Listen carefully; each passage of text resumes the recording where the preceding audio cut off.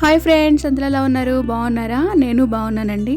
ఈరోజు మీకు చూపించిపోయే క్రాఫ్ట్ ఏంటి అంటే క్రేప్ పేపర్స్తో అందమైన ఫ్లవర్స్ ఎలా తయారు చేయాలో సింపుల్గా చూపిస్తున్నాను. చూసేయండి వీడియో కనుక నచ్చినట్టయితే ప్లీజ్ ఒక లైక్ చేసేయండి. ఓకేనా? వీడియోలోకి వెళ్ళిపోదాం పదండి.